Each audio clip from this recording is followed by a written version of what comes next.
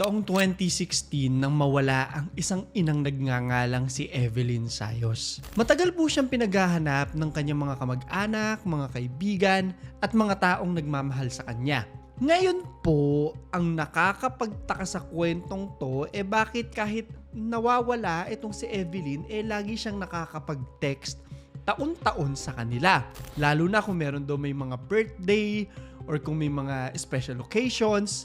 Sobrang weird at may kutob na po itong mga kamag-anak na meron po talagang hindi magandang nangyayari dito sa kanilang ilaw ng tahanan.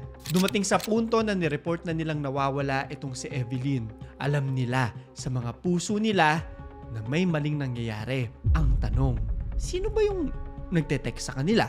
4 na taon nang makalipas and out of nowhere, matatagpuan po nila ang kanilang haligi ng tahanan pero patay na ito. Nakasako, puno ng pukpok sa ulo at saksak, naaagnas, at ang malala pa, sementado ito sa loob ng Poso Negro. Kaya ang kwento po natin ngayong gabi ay kinilala sa buong Pilipinas bilang ang babae sa septic tank. Buto talaga yan. Buto? Kopi mo nga yung sa may butas na yun. Tata? Tuktokan mo nga. Tuktokan. Naman sir eh. Laman? Ayun o, puti na eh. The Family Tree. Para mas maintindihan po natin ang buong kwento, kailangan nating silipin ang mundong umiikot sa isang ginang na nagngangalang si Evelyn Sayos. 54 years old na po siya. Medyo may edad na. Kalakip ng kanyang pangalan ay ang pangalan rin ng kanyang pamilya. As cliche as it may sound, nung tanungin ng mga kamag-anak nito matapos nitong mamatay, sinabi nila na ito raw ay isang mabait, masipag, mapagmahal na nanay sa kanyang mga anak.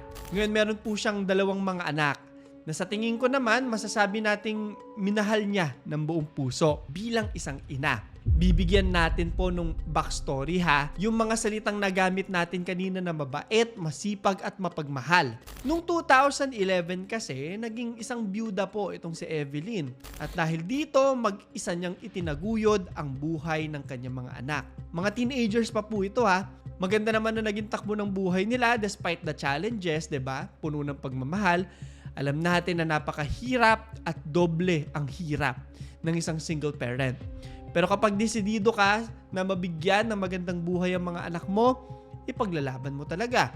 At yun yung ginawa ni Evelyn Sayos. Binigyan niya ng magandang buhay at edukasyon ang kanyang mga anak. Napakasimple lang ng pangarap ng mga Pilipinong magulang sa mga anak nila, makapagtapos lang. Yun lang talaga.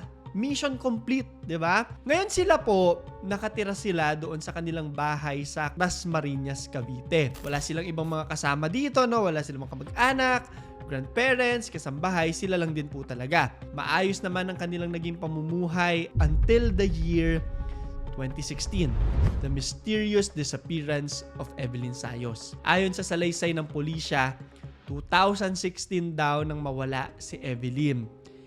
Dito na mag-uumpisa yung mga katanungan sa kwentong to, no? Sabi kasi ng anak nito na si Joanna Marie Sayos, nagkatampuhan sila. Sa ibang report sabi, nagkaaway daw ganun. Kaya anong nangyari, nagpunta siya ng Singapore, si Evelyn. Yun yung kwento. Walang nakakaalam kung ano talaga yung nangyari sa kanya dito sa Singapore, di ba? Hindi siya tumatawag, hindi siya nagpo-post ng picture, wala siyang kahit anong social media post. May social media naman na yan, di ba? May mga katanungan, kagaya na lang nung nagtatago ba si Evelyn Sayos? May nautangan ba siya? Hindi niya nabayaran? May tinatakasan ba siya? Ang daming nagtataka, pero walang kahit anong malinaw na kasagutan.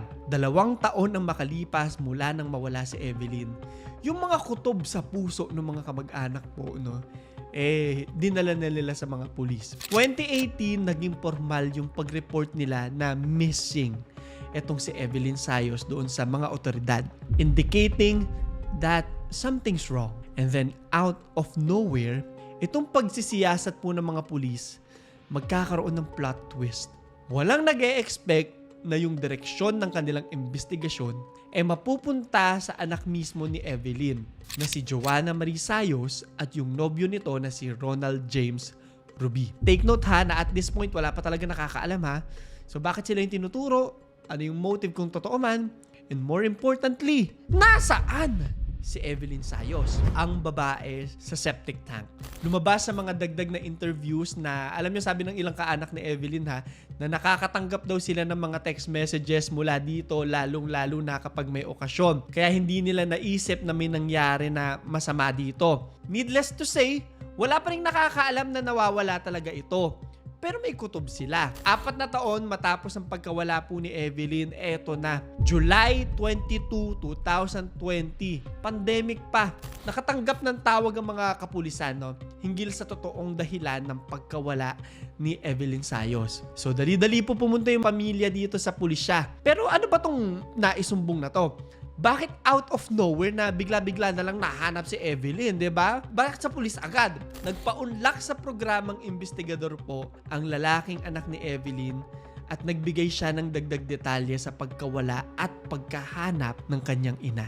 Ayon sa kanyang kwento, nung araw daw na yun, no, or nung mga panahon yun, naisipan niya kasing ipagawa yung kusina nila sa bahay. Tinatrabaho na raw yung pagre-renovate ng bahay dun sa kitchen at saka yung likod na part doon sa Dasmariñas, Cavite na bahay nila. Syempre, pag nagre-renovate, may mga kinakalas po dyan, di ba? May mga tinatanggal and may mga tinitibag. Ang hindi nila alam, si Evelyn na pala yung tinatago ng isa sa mga sementong tinitibag nila. Kasi merong isang part daw dun sa semento na nabigla na lang sila. Pagtibag nila, may mga nakita sila. Nahukay po nila yung ID, ATM, and even yung passport ni Evelyn. Ayon sa kwento ng lalaking anak po ni Evelyn, huling beses niya raw nakita yung nanay niya nung nagpaalam siya. Sabi niya, "Ma, hindi ako makakauwi. Gagawa kasi ako ng thesis." Ang hindi niya alam, tinake advantage na rin pala itong kanyang pag-alis sa bahay sa kung sino man ang naglibing kay Evelyn. Isang araw lang daw nawala itong isang anak ni Evelyn at kinabukasan, matapos niya gumawa ng thesis, bigla-bigla na lang daw sinabi sa kanya ni Joanna, pati nung boyfriend nito na si Ronald, na si mama nagpunta na ng Singapore. Ayon sa kanya, kinutuban na raw siya nun. Pero kapatid mo kasi yung nagsabi, di ba? Hindi mo rin alam, hindi mo naman masasabi na nagsisinungaling sa'yo yung kapatid mo. Hindi mo rin masasabi na pinatay ng kapatid mo yung nanay mo. So, ano nangyayari, di ba? Siyempre, maniniwala ka sa kapatid mo. Maghihinala ka ba sa kapatid mo na bata pa? Ang random din kasi no, na biglang umalis ng Singapore tapos walang paalam man lang. Ang masaklap pa rito, nagawa pa raw gamitin ni Joanna yung social media account ni Evelyn para magpadala nga ng mga mensahe. Especially dito sa lalaking anak at pinapaniwala na buhay pa ito. Going back to the day na na-discover ang bangkay ni Evelyn, si Evelyn na 4 na taon pong nawawala. So, eto na. Kung nakita nila yung passport niya, ibig sabihin, wala talagang Singapore na nangyari. Nandun eh. Or nasa Pilipinas. Si Evelyn, common sense. Hindi pa po nahahanap si Evelyn dito dokumento niya pa lang. So sabi niya, hukayin niyo pa, laliman niyo pa. At nagulat na naman sila sa panibago nilang nakita. Hukay sila ng hukay hanggang sa nadoble yung plot twist ng paghukay nila nung araw na yon. Nakahuli-huli ang pagpukpok po nila. May panibago na namang lumabas. Yung babae na kaninang nakita lang nila sa mga picture at mga dokumento, andun na sa sahig, sa semento, patay na. Buto pala yan. Buto. Kotin mo nga yung sa may butas na yun. Tata? Tuktokan mo nga. Tuktok mo. Laman sir eh. Laman? Ayun o, puti na eh. Ayon sa mga salaysay ganito nila dinidescribe yung nakita. Nakabalot na raw ng sako, nakalibing, sementado, sa loob ng kanilang septic tank. Or yung tawag natin dyan ay Poso Negro. And this explains kung bakit ang title ng kwentong ito ay Babae sa Septic Tank. Para sa mas importanteng katanungan po, no, bakit nasa Poso Negro siya? And more importantly, bakit sinabing nasa Singapore siya? Definitely, no, mapupunta ang atensyon sa anak nitong si Joanna Sayos. Bakit mo sinabing nasa Singapore si mama? Nauwi po ang investigasyon ng Dasmariñas Police kila Joanna Marie at sa nobyo nitong si Ronald Ruby, na kinalaunan ay parehas pong umamin sa nangyaring krimen. Ang pagpatay kay Evelyn Sayos. Babalik tayo. Ayon sa Dasmariñas Police Chief, pinukpok raw ng martilyo ang biktimang si Evelyn. Sabi pa ng kapulisan, nagpanggap raw na merong surprise itong magnobyo. Hinandanaw nila para kay Evelyn. Abay, syempre may excite yun. Tinawag nila, sabi nila, Mama, may surprise kami sa'yo. Baba ka dito, dali. So excited po na bumaba itong kanilang nanay. Ano ba yung surprise na yan, mga anak? Kahit sinong nanay naman po, di ba, masusurprise, di ba, matutuwa. Ang hindi niya po alam is yung surpresa palang naghihintay sa kanya ay ang kanyang dali-dali ang kamatayan. Pinaplano na pala nitong si Ronald, yung nobyo, nung kanyang anak ang pagpukpok ng martilyo dito. Siyempre, maedad na po yun. Saka napakabigat po ng martilyo. Siguro nahilo itong si Evelyn at saka siya direktang bumagsak sa sahig. Dito sa parting to, medyo may extra gigil po ako, no? May extra panggagalaiti sa puso ko. Akala po kasi nitong si Ronald, ito napukpok ko na, malakas, matanda na to, matigas tong martilyo, siguro patay na si Evelyn. Pero nakita niya na parang humihinga pa, buhay pa. So sinilip niya po, nakumpirma niya, humihinga pa. Alam mo yung ginawa niya? Sabi niya, Joanna, kuha ka ng kutsilyo. Itong anak naman po sumunod, sa kanila pinagsasaksak yung leeg nitong kanyang nanay. Mapapatanong ka na lang, di ba? Bakit? Paano mo nagawa yan sa nanay mo? Normal naman siguro na magkakaroon kayo ng alitan ng nanay mo. Feeling ko naman, yun talaga yung nangyayari sa kanila, di ba? Minsan, nagkakasagutan kayo ng nanay mo. Minsan, may away kayo. Minsan, may tampuhan kayo. Hindi natin alam yung kabuuan ng nangyayari sa kanila. Pero tayong lahat, kahit ano pang problema natin sa mga nanay natin, kahit may mga panahon hindi natin sila kinakausap, maiisip mo ba na patayin yung nanay mo? Kahit tinatalakan tayo ng nanay natin, kahit sagana tayo sa palo nung bata tayo, hindi natin kayang gumante miski isang sampal. Diyos ko! Hindi dahil hindi natin kaya, obviously kayang-kaya natin, mas malakas tayo sa mga nanay natin. Pero kung hindi, ayaw natin. Diba? Ayaw natin saktan yung nanay natin. Tapos ikaw papatayin. Grabe ka naman. Kinumpirma ng mga kapulisan na yung pagsasaksak nga ng napakarami, yung tuluyang tumapos sa buhay ni Evelyn. Dito na mag-uumpisa ang 4 na taong pagkawala nito. Kwento yan ng hepe mismo ng Dasmariñas Police. Ang pagtago kay Evelyn. Magdadagdag tayo ng detalye dun sa 4 na taon na yon. Sabi po niya, may hindi tapos na septic tank doon sa loob ng kanilang bakuran. Nilagay nila doon yung patay na magulang ng babae doon. So umorder daw sila ng graba, mga semento, mga buhangin, pinaghahalo daw nila sa kanila tinabunan yung nanay nila. Tapos syempre, mangangamuyan from time to time eh.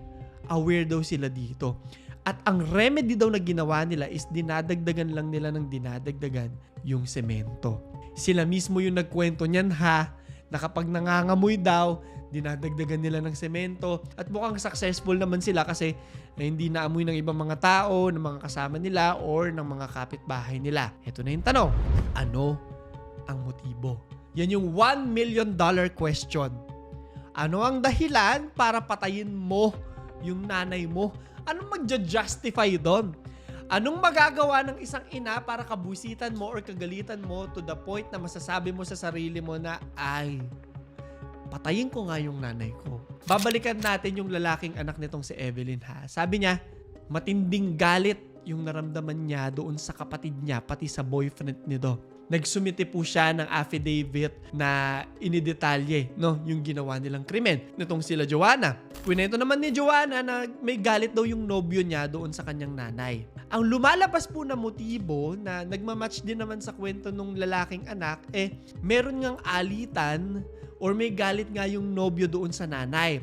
To which, ayon doon sa lalaking anak, madalas daw kasing pinangangaralan ng kanyang nanay, which is, I think, tinatalakan.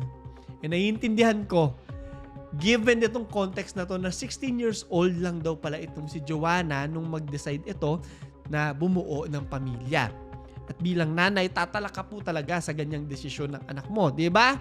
Ayon pa dito, sa lalaking anak, pinapatira na rin daw po nila Evelyn, yung kasintahan ni Joanna sa kanilang bahay. Kaya parang cargo nila yung naging baby nila. Parang nagigets ko, tawag natin yan, deadweight, leech, palamunin. Diba? Itong boyfriend ng kanyang anak ni Joanna. So, alam na natin kung saan nanggagaling yung pagtatalak. Ang tanong ngayon, sapat ba yun? Yung tinatalakan ka ng nanay mo para pagdesisyonan mo patayin siya? Bakit hindi na lang kayo bumuko, di ba? Para hindi kayo natatalakan. Patunay itong kwento na to na malaki talaga yung impluwensya sa atin ng mga tao na nagiging part ng buhay natin. Hindi ko po alam kung paano niya na-convince si Joanna. Ano kaya yung tumakbo sa conversation nila ng araw na yun, no? Out of nowhere ba, biglang sinabi nung lalaki na, alam mo, nakakabuisit yung mama mo. Talak ng talak sa atin. Patayin nga natin. Paano kaya nangyari yung conversation na yan? And then yung baby pa, hindi ba nila inisip na maaapektuhan ito? Ang kaso, murder at parricide ang isinampang kaso sa kapatid at kasintahan nito mula doon sa lalaking kapatid ha. Kasalukuyan daw na nakakalaya pa sila at the time, si Joanna at Ronald, habang hinihintay daw yung resulta ng DNA test na magiging mabigat na ebidensya doon sa kaso. Ngayon, ikinalulungkot ko pong sabihin sa inyo na hindi ko na po mabibigyan ng ending ang ating kwento. Matapos po nilang makasuhan, pagkatapos nito, wala na po akong makita mga balita tungkol sa arraignment, trial, conviction, acquittal, or final judgment na naiulat sa mainstream media o madaling may access sa public records.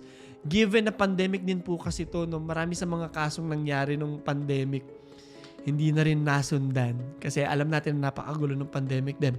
As for the question kung nasaan sila ngayon, wala rin po mga public reports na magsasabi kung nakalaya ba sila, nahatulan ba sila, na-dismiss ba yung kaso. Hopefully, nakulong ang dalawang ito. Ang worry ko lang is yung lalaking anak, 'di ba? Yung anak ni Joanna tsaka nung boyfriend niya. Ano kaya yung nangyari sa kanila? Sa ngayon, nakikita ko na marami yung pumupunta doon sa Facebook page nitong si Joanna. Na wala na ring update, syempre. Pero yung last post nito, sobrang daming shares. Isang patunay po na marami yung gustong malaman kung ano ang nangyari dito. May sinabi po yung police colonel ng Cavite tungkol sa kwento na to. Sabi niya, sa pagkakadiskubre ng krimen na to, talagang masasabi na walang krimen na matatago habang buhay. Ito yung particular line. Kung ano man yung bahong itinatago, sisingaw at sisingaw yan in due time. Totoo, in many ways, pero sadly sa mga kwento natin, hindi lahat talaga nabubunyag. Hindi lahat ng krimen nasusolve. Hindi lahat na may kasalanan nakukulong. So to end this story, gusto ko lang sabihin sa inyo, yakapin niyo yung mga nanay niyo. Nakakabwisit po talagang nanay pag talak ng talak. Pero tinatalakan nila tayo kasi mahal tayo nito mga to. So matapos nyo po mag-like or mag-share ng kwento natin, mag-subscribe, diretso na kayo sa kanila para yakapin sila. Which leads us to our question of the day. Pero bago yan, mag-like, subscribe at notification bell kayo. At sa lahat po ng mga nagre-request ng kwento natin, bisita kayo sa aking Instagram, mag-message lamang po kayo dyan. At binabasa ko po lahat ng mga mensahe ninyo. Tag nyo rin po ako sa mga stories ninyo. May mga nagpapadala rin po sa atin ng artworks. I-post nga natin dito minsan, no? Para mapasalamatan ko kayo ng tama. Anyway, ito yung question of the day natin. Sinasabi nila na kung bibigyan ka ng napakalaking halaga, sabihin natin 10 milyon, sasampalin mo ba ng malakas yung nanay mo? Gagawin mo ba yan? O masasabi mo sa sarili mo na walang kahit anong halaga ang pwedeng ibigay ng mundo para saktan mo ang iyong ina? Hintayin ko yung sagot nyo, ilagay nyo sa ilalim. So yun lamang po, ito si Claro III at ito ang ating kwento.